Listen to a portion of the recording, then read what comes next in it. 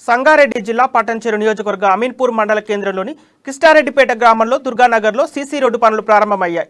స్థానిక ఎమ్మెల్యే గూడెం మహిపాల్ రెడ్డి సహకారంతో కిష్టారెడ్డిపేట సర్పంచ్ ఏర్పుల కృష్ణ ముందుండి పనులు చేయిస్తున్నారు. దీంతో ఇవాళ సీసీ రోడ్డు పనుల కోసం మెజర్మెంట్ తీసుకొని రోడ్డు విస్తరణ పనులు షురూ చేశారు.